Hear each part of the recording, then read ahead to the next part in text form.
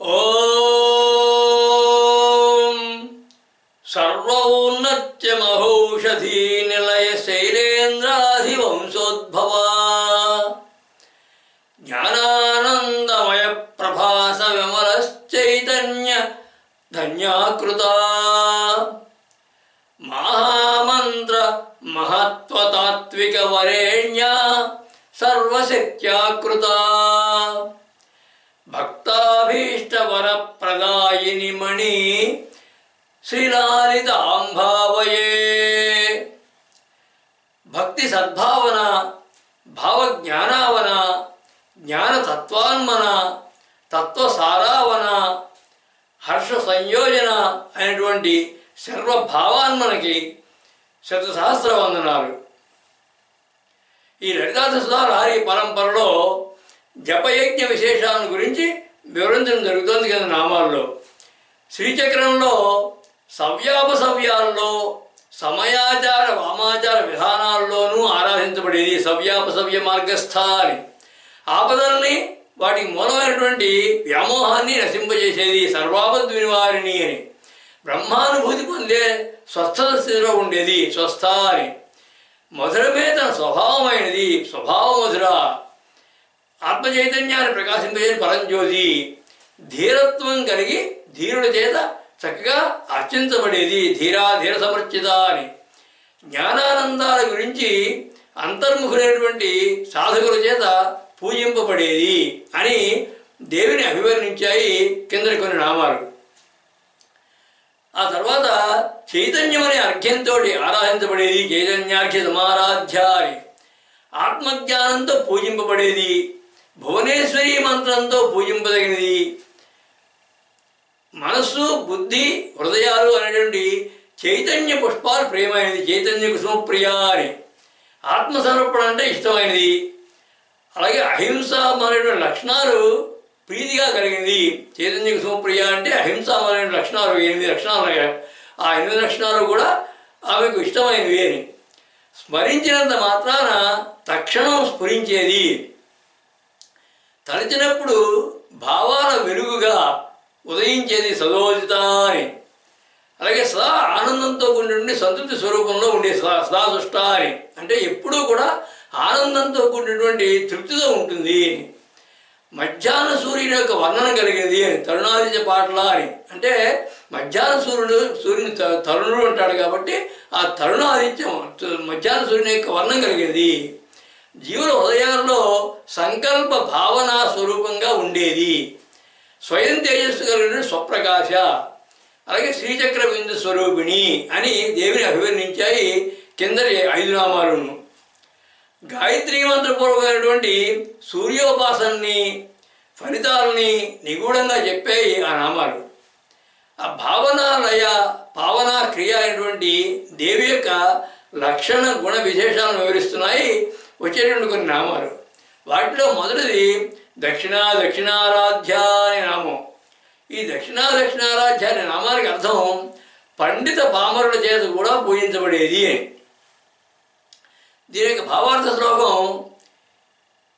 యజ్ఞసత్ఫలదానపూర్వక మహావృత్విక్సు సంపూజ్యయా సౌషుమ్యాద్గమనాది శోభిత ఇడాపింగళ్య ప్రఖ్యాతయా సౌజన్యాకృత దక్షిణాధ్వర యదక్షిణ్యా సమారాధ్యయా జ్ఞానాజ్ఞాన సమానవంజ సదయా సిడ్నేపురీ శారదా. యజ్ఞసత్ఫలదానపూర్వక మహావృత్విక్సు సంపూజ్యయా అన్నారంటే యజ్ఞముల యొక్క ఫలంగా వృత్విక్కుల్ని తన దానంతో సత్కరించడం ద్వారా తగిన దానం ద్వారా సత్కరించడం ద్వారా తాను పూజింపబడేది అని అర్థం.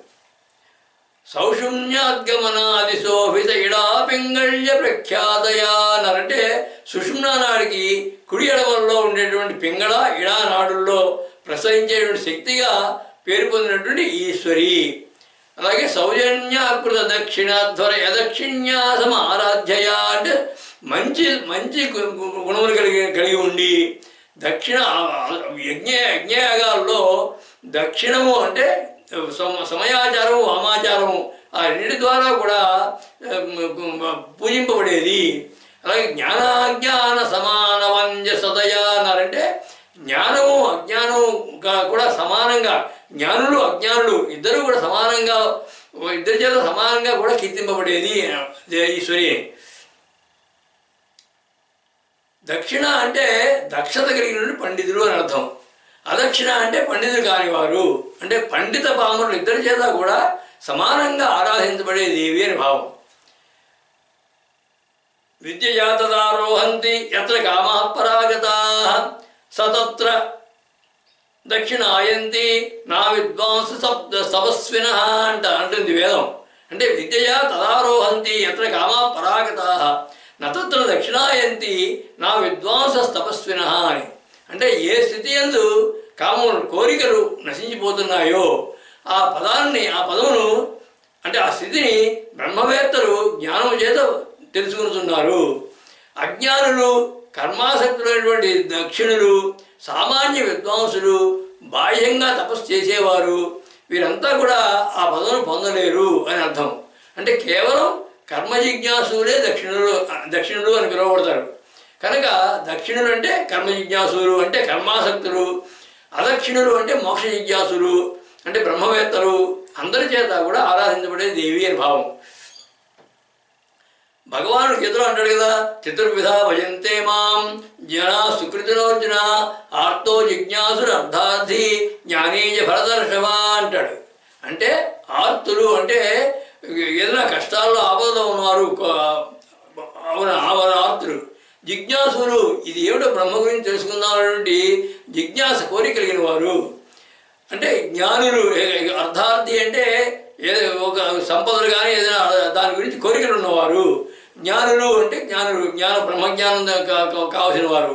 ఈ 4 విధాలైన జనులు కూడా నన్ను భజిస్తూ ఉంటారు అని అర్థం. అంటే అలా అన్ని రకాల జనుల చేత పూజింపబడేది ఆ పరమేశ్వరి అయినటువంటి దేవి అని అర్థం.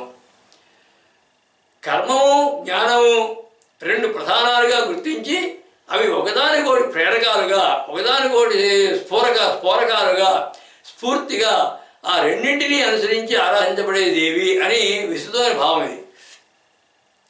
యోగ సాధనాక్రమంలో ప్రాణాయామ ప్రక్రియల్లో కుడి ఎడమ నాసికల నుంచి చరించేటువంటి ప్రాణవాయు స్వరూపాలు దక్షిణ అదక్షిణ అని చెబుతారు యోగ సాధనలో.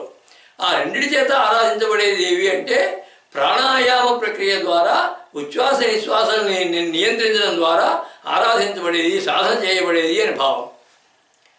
దక్షిణ అంటే కుడివైపు, అదక్షిణ అంటే ఎడమవైపు. యోగపరంగా చూస్తే దేహాల్లో కుడి ఎడమ భాగాల్లో ఉండే పింగళ ఇడ నాడుల్లో సంచరించేటువంటి కుండలిని శక్తి అని భావం. అలాగే దక్షిణ అంటే సమయాచారం, అదక్షిణ అంటే వామాచారం. ఈ 2 ఆచార విధానాల్లోనూ కూడా చక్కగా పూజింపబడేది, చక్కగా ఆరాధించబడేది అని అర్థం. శ్రీ విద్యా సాధనలో చతుర్యాగాలు ఉన్నాయి. ఇదివరకు ఎన్నోసార్లు చెప్పుకున్నాం దీంట్లోనూ. బహిర్యాగం, అంతర్యాగం, రహోయాగం, మహాయాగం అని. ఆ రహోయాగం మహాయాగాల్లో సూర్యనాడిని దక్షిణ అని, చంద్రనాడిని అదక్షిణ అని వ్యవహరిస్తారు.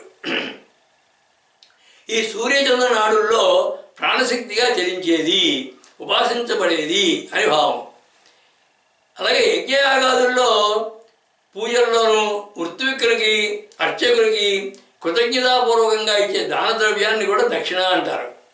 అలా ఋత్విక్కులకు ఇచ్చే దక్షిణ అంటే ధనము, అదక్షిణ అంటే ధనం కాని ద్రవ్యములతో ధనం కాని ద్రవ్యములు ఆ రెండింటితో కూడా ఆరాధించబడే దేవి అని భావం. అంటే దేవి సాక్షాత్తు విప్రరూప కనుక విప్రుల్ని, ఋత్విక్కుల్ని సంతృప్తిపరిచేటువంటి ధనము ద్రవ్యాల వల్ల తాను కూడా సంతృప్తి పడేది అని విశేషమైన భావం ఇందులో ఉంది. అలాగే దక్షిణ అంటే దక్షిణ దిక్కుకి అధిదేవత అంటే యముడు లేక మృత్యుదేవత అని అర్థం. దక్షిణ అంటే మృత్యువుకే మృత్యువు అని మరో అర్థం. తైత్రీయోపనిషత్తులు అంటారు కదా, మృత్యుడు ధావతి పంచమహ అంటుంది. అంటే దేవి అంటే భయం వలన మృత్యువు కూడా పరిగెత్తిపోతుంది అని అర్థం. అంటే దేవి మృత్యువుగా ఆరాధించబడుతోంది అని కూడా ఈ నామం యొక్క భావం. అంటే మృత్యువు లేకపోతే మరో జన్మ లేదు కనుక జన్మరాహిత్యాన్ని ప్రసాదించేది అని పరోక్షమైన భావం ఈ నామంలో ఉంది. ఇందులో 2 నామాలు రహస్యనామాలు ఉన్నాయి. దక్షిణ అనేది ఒక నామం, దక్షిణారాధ్య అనేది మరో నామం. అది దక్షిణ అనే నామానికి అర్థం దక్షిణామూర్తి స్వరూపిణి. చతుర్యాగాల్లో చూస్తుంటే బహిర్యాగంలో అయితే తర్పణ రూపంలో ఉంటుంది, అంతర్యాగంలో జపరూపంగా ఉంటుంది. రహోయాగ మహాయాగాల్లో అయితే సూర్యనాడి స్వరూపిణి, యజ్ఞ దక్షిణారూపిణి, అలాగే గోలోక నివాసిని అనేటువంటి దక్షిణాదేవి స్వరూపురాలు అని కూడా అర్థం ఉంది.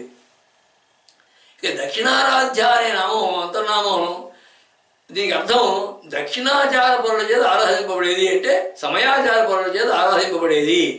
అలాగే యజ్ఞంలో దక్షిణాదానం చేత ఆరాధించబడేది, యజ్ఞ ఫలాన్ని ప్రసాదించేది. అలాగే హృదయం దగ్గర ఉన్నటువంటి దహరాకాశం దగ్గర పరంజ్యోతిగా ఆరాధించబడేది.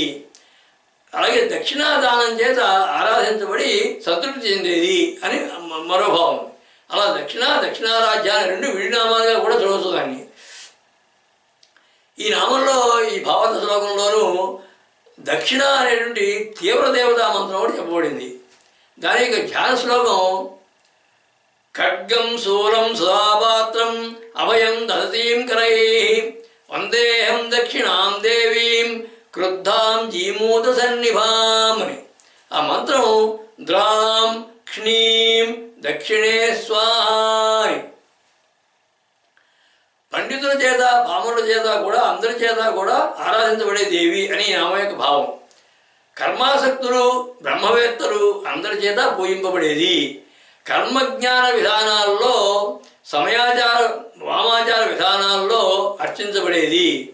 ప్రాణాయామ ప్రక్రియ ద్వారా సాధన చేయబడేది. మృత్యువుకే మృత్యువైనది, జన్మరాహిత్యాన్ని ఇచ్చేది, ఆ విధంగా జన్మరాహిత్యాన్ని కలిగించేది. ఇడా పింగళ నాడుల్లో సంచరించడం కుండలిని శక్తి అని విస్తృతమైన భావం. అన్ని విధానాలు కూడా దేవి ఉపాసన నిధానాలే, మోక్ష సాధన ప్రధానాలే అని అంతర్గత భావం. యజ్ఞఫల విశేషాలు కూడా చెప్పబడ్డాయి ఈ నామంలో. ఆ సర్వ సమారాధ్య, జ్ఞాన క్రమారాధ్య, సర్వార్థ సుసాధ్య, తత్వార్థ ప్రబోధ్య, ఆనంద ప్రసాద్య ఆ పరమేశ్వరే.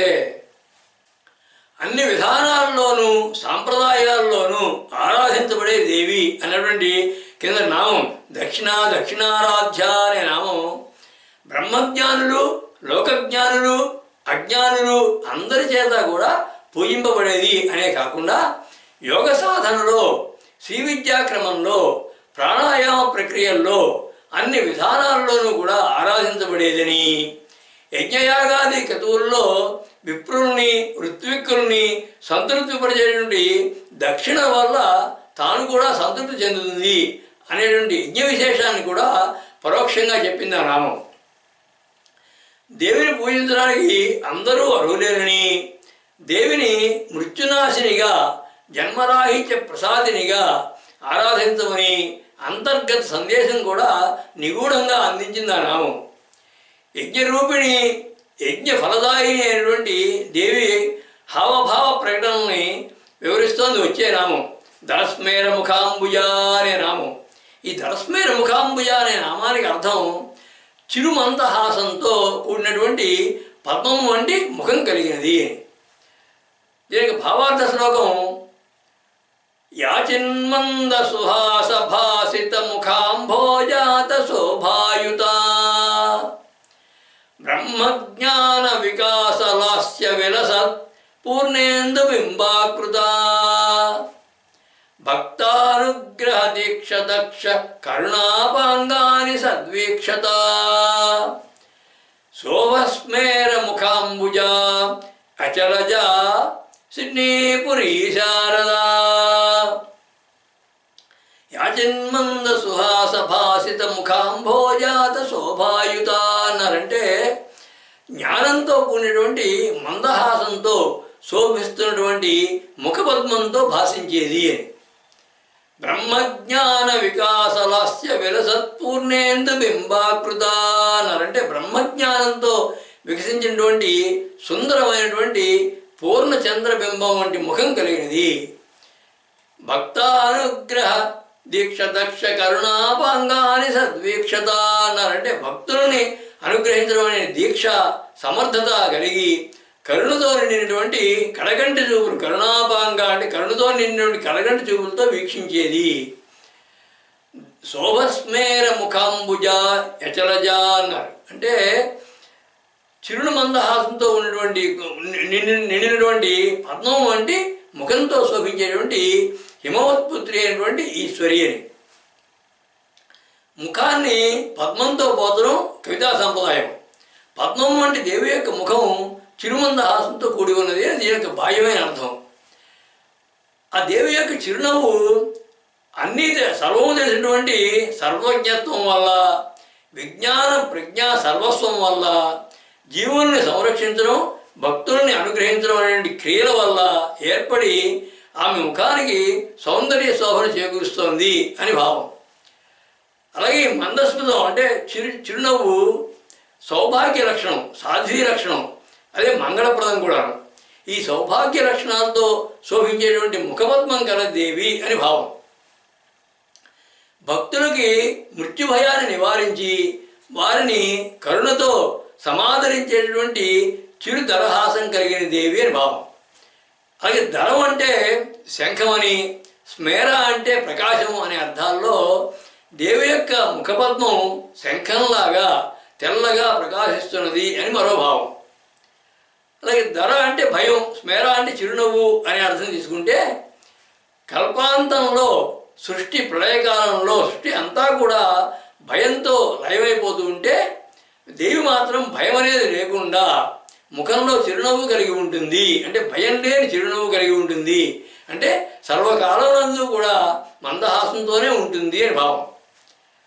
క్రింద నామంలో దక్షిణారాధ్య అనే నామంలో ఋత్వికులకి దక్షిణ సమర్పించడం వల్ల పొందే తృప్తికి బాహ్య భావ ప్రకటనమే ఈ చిరునవ్వు. కనుక ఆ చిరునవ్వుతో కూడి ఉన్నటువంటి ముఖం కలిగినది అంటే దానివల్ల తృప్తి పడింది దేవి అనే ఈ యొక్క భావం. శ్రీచక్రపరంగా శ్రీచక్రంలో ఉన్నటువంటి మధ్య ఉన్నటువంటి రక్తబిందువు యొక్క చిరు వికాసమే బ్రహ్మాండాలతో కూడినటువంటి సృష్టికి మూలము అని శ్రీ విద్యలో చెప్పబడింది. అంటే దేవి యొక్క మందస్మిత ఫలమే ఈ సృష్టి అంతా. ఆ సృష్టినంతా సృష్టించినటువంటి చిరుమందహాసంతో శోభించేటువంటి ముఖపద్మం కల దేవి అని దీని యొక్క భావం. శంకరాచార్యులు వారు అంటారు కదా సౌందర్యలహరిలో దేవి యొక్క చిరునవ్వును వర్ణిస్తూ స్మిత జ్యోత్స్నాజాలం తవోదన చంద్రస్య పిబతాం చకోరాణామాసి రతిరసతయా జంచుజడిమా అతస్తే సీతాం సోరమృతలహరి మామల రుచయ పిబంతి స్వచ్ఛందం నిశినిసి భృజం కాంచికధియా అంటారు. అంటే అమ్మా నీ ముఖం అనేటువంటి చంద్రబింబంలో వచ్చి అక్కడి నుంచి ప్రసరించేటువంటి చిరునవ్వు అనేటువంటి వెన్నెలని చకోర పక్షులు బాగా ఆరగించాయి. ఆ చిరునవ్వు వెన్నెల ఎంతో మధురంగా ఉండడంతో వాటికి తీపి పైన వెగటు కలిగి కొద్దిగా పుల్లని పానీయాలు తాగితే తీపి మీద వెగటు తగ్గుతుందని ప్రతి రాత్రి ఆ చకోరాలు చంద్రుని యొక్క వెన్నెలని పుల్లని గంజిగా భావించి తాగుతున్నాయి. అంటే చంద్రుని యొక్క వెన్నెల కంటే కూడా మధురమైనటువంటిది దేవి యొక్క మందహాసం అని అర్థం అక్కడ. అలాగే మూక పంచశతిలో మూక కవి 100 శ్లోకాలు చెప్పారు మందస్మిత శతకం అని చెప్పి దేవి యొక్క మందస్మితాన్ని వర్ణిస్తారు ఆయన.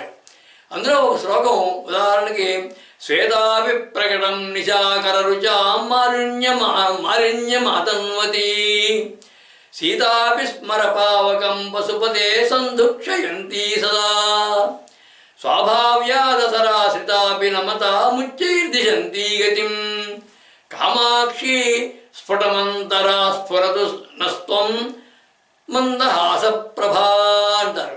అంటే అమ్మా ఓ కామాక్షి నీ చిరునవ్వు తెల్లగా ఉన్నా కానీ చంద్రకాంతులకి మాలిన్యం కలిగిస్తోంది.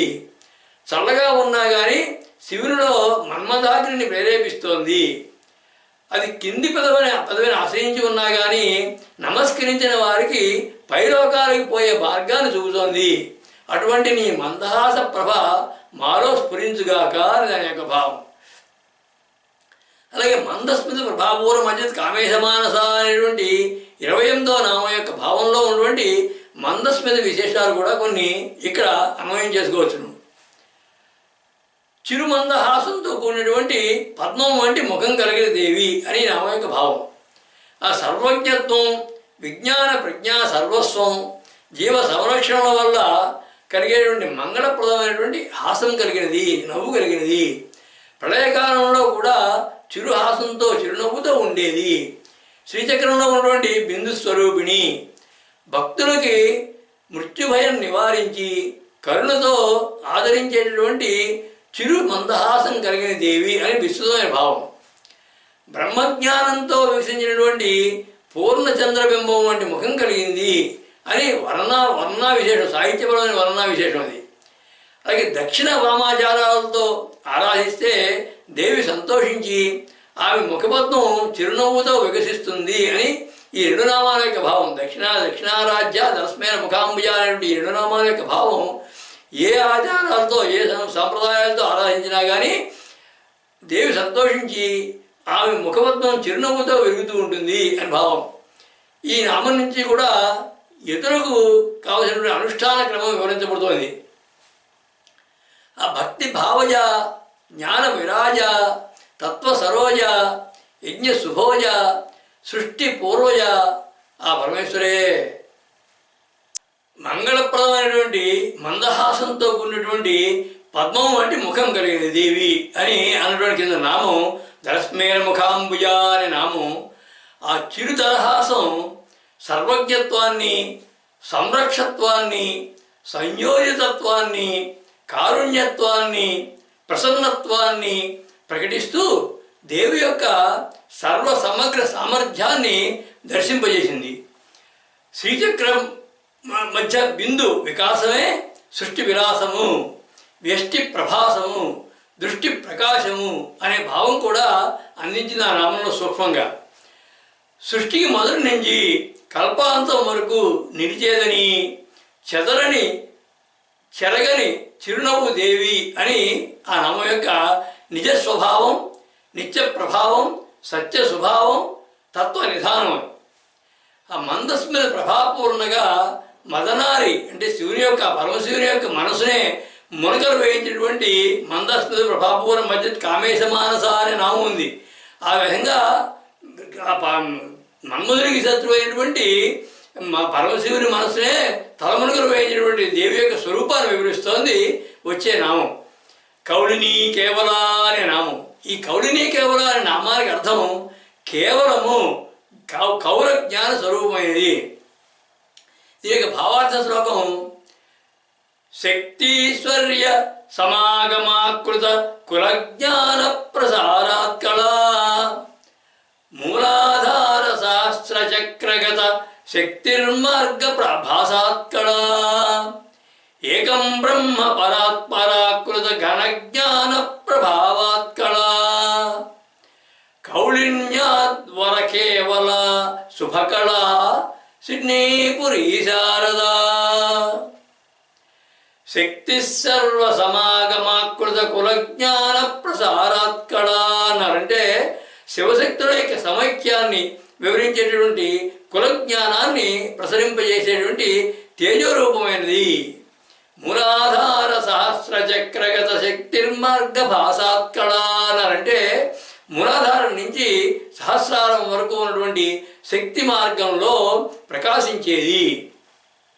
ఏకం బ్రహ్మ పరాత్పరాకృత ఘనజ్ఞాన ప్రభావాత్కళ అన్నారంటే పరబ్రహ్మ ఒక్కడే అనేటువంటి ఉత్తమమైనటువంటి జ్ఞానం యొక్క ప్రభావం కలిగినది.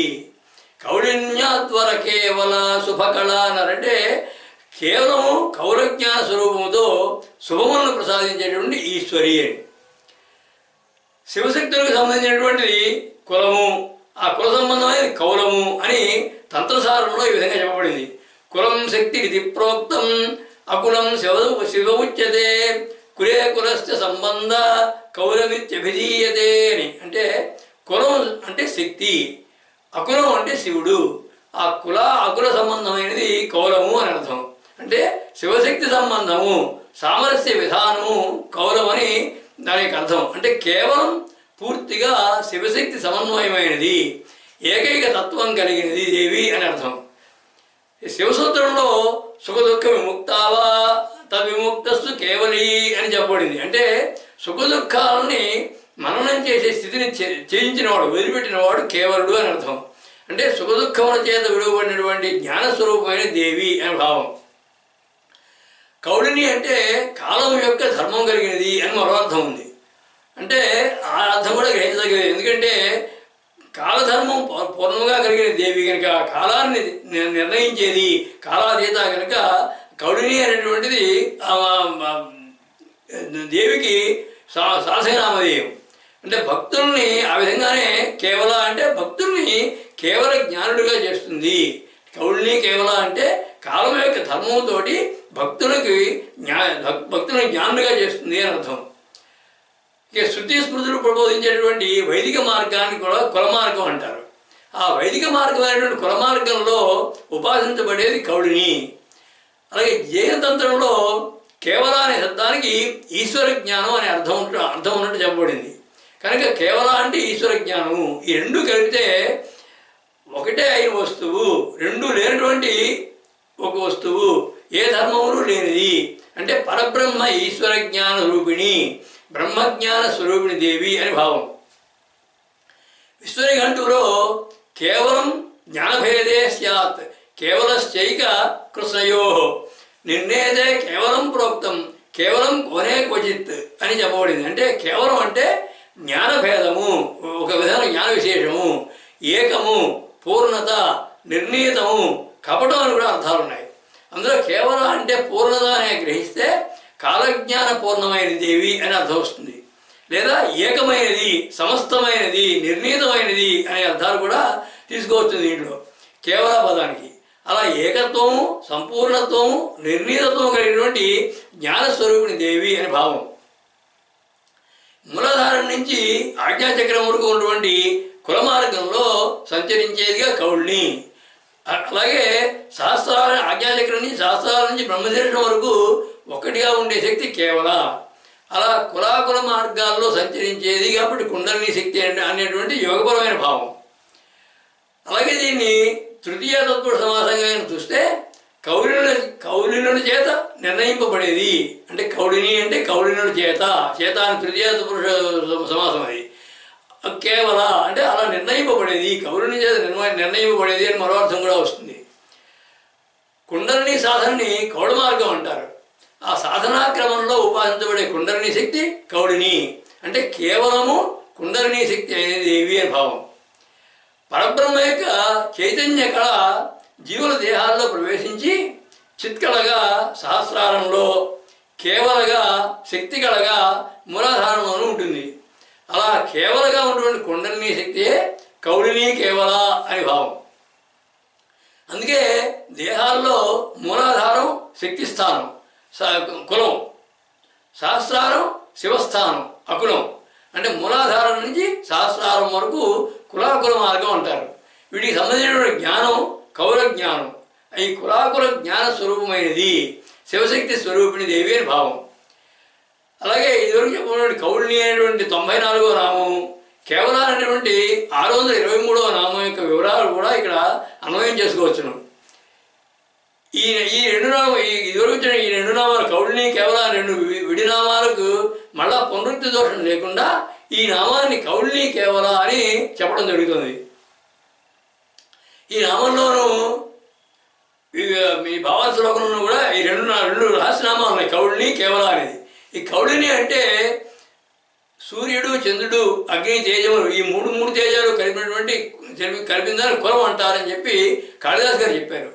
ఆ కులములకు ఆధారమైనది అంటే ఆ తేజస్సుకి ఆధారమైనది కుల మార్గమైన సుషుమ్నా మార్గంలో సంచరించేటువంటి ముఖ్య ప్రాణ స్వరూపిణి అని అర్థం.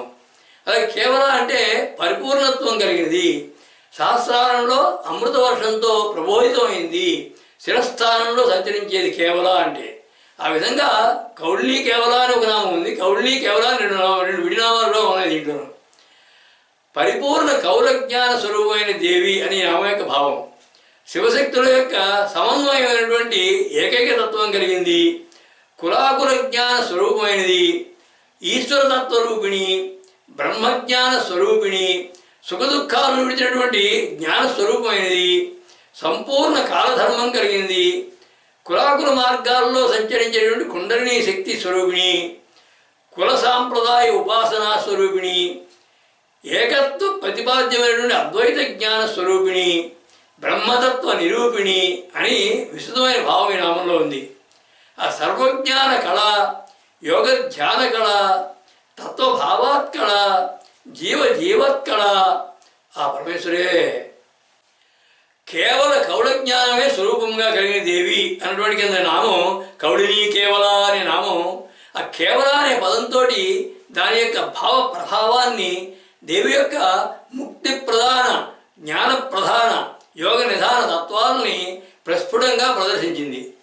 ఇది వరలో వచ్చినటువంటి నామాలను కలిపి ఉదాత్తమైన భావాలను సాధించి వేదాంత విజ్ఞానాన్ని అందించింది ఆ నామం. సంపూర్ణ జ్ఞాన స్వరూపిణిగా, సమగ్ర ముక్తి ప్రదాయినిగా, సమైక్య శివశక్తి తత్వ భాషినిగా, అద్వైత భావ ప్రభాసినిగా దర్శింపజేసింది ఆ నామం. జ్ఞాన యోగ తంత్ర విధానాల యొక్క సమగ్ర సారస్వరూపిణి దేవి అని చెప్పింది. ఆ జ్ఞానరూపిణి తత్వబోధిని అయినటువంటి దేవి భక్తుల్ని, ఉపాసకుల్ని అనుగ్రహించే విధానాన్ని వివరిస్తోంది వచ్చే నామం. అనర్ఘ్య కైవల్య పదదాయిని అనే నామం. ఈ అనర్ఘ్య కైవల్య పదదాయిని అనే నామానికి అర్థం అమూల్యమైనటువంటి, సర్వోన్నతమైనటువంటి మోక్ష పదాన్ని ఇచ్చేది అని. దీనికి భావార్థ శ్లోకం జన్మానేక పరంపరాగత పరాన్మోక్షార్థ సంధాయిని జ్ఞానాదేవతు సాధ్య సుస్థితి వరత్కారుణ్య ప్రాసాదిని బ్రహ్మానంద వరప్రదాయిని సుసంకీర్తేన అనర్ఘయాత్ కైవల్యత్పదదాయిని సురమణి సిడ్నీపురీ శారదా. జన్మానేక పరంపరాగత పరాన్మోక్షార్థ సంధాయిని అన్నారంటే అనేక జన్మ పరంపరల యొక్క లక్ష్యమైనటువంటి మోక్షాన్ని జీవులకి కలిగించేది.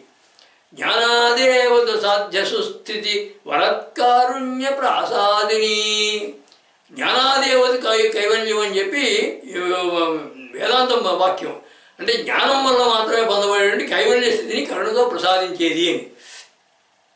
బ్రహ్మానంద వరప్రదాయిని సుసంకీర్తేన యానర్ఘయా కైవల్యత్పదదాయిని సురమణి అన్నారంటే బ్రహ్మానందమనే వరాన్ని ప్రసాదించేది.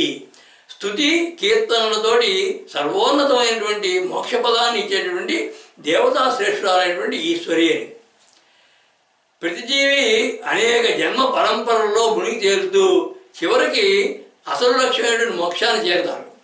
ఆ మోక్షస్థితియే సర్వోత్కృష్టమైనదని, దాన్నే కైవల్యమని, సాయుధ్యమని, ముక్తి అని, పరమపదమని, బ్రహ్మైక్య స్థితి అని వ్యవహరిస్తుంటారు. ఎంత తపస్సు చేసి ప్రార్థించినా బ్రహ్మాది దేవతలు ఎవరూ కూడా మోక్షాన్ని ప్రసాదించలేరు. తనను ఆరాధించే వారికి దేవి సర్వోన్నతమైనటువంటి కైవల్య పదాన్ని, ముక్తి పదాన్ని ప్రసాదిస్తుంది అనేది ఈ యొక్క భావం. కుండలిని సాధన ద్వారా మూలాధారంలో ఉన్నటువంటి శక్తి సహస్రాలలో ఉన్నటువంటి శివకళతో ఐక్యమవడమే అమూల్యమైనటువంటి, వెరలేనటువంటి కైవల్యముక్తి. ఏకమేవా ద్వితీయం బ్రహ్మ అని కదా వేదం చెప్తుంది. అంటే తానే పరబ్రహ్మము, ఉన్నది ఒకటే అనే భావన అనుభూతికి రావడం, అదే బ్రహ్మజ్ఞానం అంటే. అనర్ఘ్య అంటే అత్యంత విలువైనది అని అర్థం.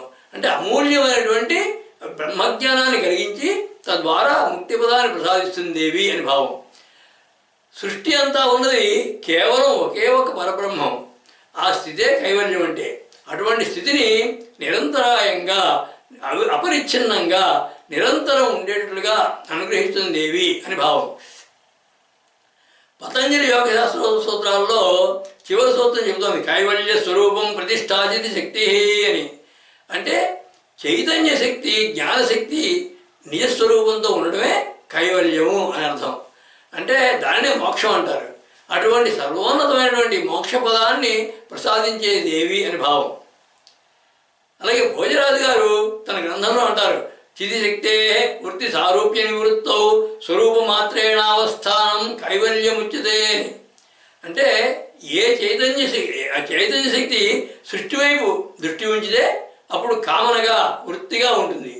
ఆ వృత్తి నశిస్తే తన నిజస్వరూపంతో ఉంటుంది. దానినే కైవల్యం అంటారు అని చెప్పాడు భోజరాజు గారు. అంటే కైవల్యం అనే ఆ నిరుపమానమైన మోక్షాన్ని ప్రసాదించే దేవి అని భావం. ఇదివరలో చెప్పుకున్నట్లుగా ముక్తులు 4 విధాలు: సాలోక్యముక్తి, సామీప్యముక్తి, సారూప్యముక్తి, సాయుధ్యముక్తి అనేవి. కైవల్యం అనేది వీటిని మించినటువంటి 5వది, కేవలమైనటువంటి నిర్గుణ బ్రహ్మం యొక్క స్థితి. ఈ సమాధి స్థితి అంటారు దీన్ని. సమాధి స్థితి ద్వారా ఆ నిర్గుణ బ్రహ్మలో తాదాత్మ్యమైనటువంటి స్థితిని, అంతకు మించిన ముక్తి లేని కైవల్యాన్ని ప్రసాదిస్తుంది దేవి అని దీని యొక్క భావం. యోగపరంగా చూస్తే అనర్ఘ్య కైవల్య పదం అంటే లయాస్థితి అని. అంటే జన్మరాహిత్య లక్షణం, జన్మమే లేనటువంటిది, మృత్యువే లేనటువంటిది. ఆ లయాస్థితిని ప్రసాదించి మళ్ళీ జన్మించవలసిన పని లేకుండా శాశ్వతంగా తనలో ఐక్యం చేసుకుంటుంది దేవి అనే భావం. అనర్ఘ్య అనే దీర్ఘాంత ఆకారంతో ఉంది అనుకుంటే అప్పుడు ఈ నామాన్ని అనర్ఘ్య ఆ కైవల్య పద దాయిని అని కనుక పదవిభజన చేసి చూస్తే అనర్ఘ్య అంటే వెరలేనిది, అమూల్యమైనది. ఆ అంటే అంతటా వ్యాపించినటువంటి, కైవల్య పద అంటే కేవలత్వ పదాన్ని దాయిని ఇచ్చేది అని అర్థం. అంటే దేనికంటే మరో కైవల్యం లేదో, అది అన్ని చోట్ల ఉన్నదో అటువంటి కైవల్య పదాన్ని ఇచ్చే దేవి, అంతటా వ్యాపించి ఉంటుందో అటువంటి కైవల్య పదాన్ని ఇచ్చే దేవి అని అర్థం. అలాగే కైవల్య పదాయిని అనే 625 నామం కూడా, ఆ వివరణ కూడా ఇక్కడ అన్వయమవుతుంది. అనర్ఘ్య అనే పదం చేర్చడం వలన ముక్తి అమూల్యమైనది అనే అర్థంతో పాటుగా పునరుక్తి దోషం కూడా నివారణ అవుతుంది దీనివలన. ఇందులో కొన్ని రహస్యనామాలు ఈ నామంలో. అనర్ఘ్య అంటే సర్వోన్నతమైనది, అమూల్యమైనది, నిరుపమానమైనది, అంతము లేనిది, అనంతము అని అర్థం. అవన్నీ కూడా దేవికి అన్వయించే లక్షణాలే కనుక దేవి నామం కూడా అనర్ఘ్య అని చెప్పుకోవచ్చును. అలాగే అనర్ఘ్య పదదాయిని అని ఒక మరో నామం. అంటే అనంతమైనటువంటి సర్వోన్నతమైనటువంటి పదాన్ని స్థితిని ఇచ్చేది, అంటే మోక్షాన్ని ఇచ్చేది అని అర్థం. అలాగే ఇంకొక నామం కైవల్య పదదాయిని అని మరో నామం ఇదివరకు వచ్చింది. అది అంటే అత్యున్నతము అనంతము అయినటువంటి కైవల్యమైనటువంటి ముక్తిని ప్రసాదిస్తుంది అని. సర్వోన్నతమైనటువంటి మోక్ష పదాన్ని ఇచ్చే దేవి అని నామం యొక్క భావం.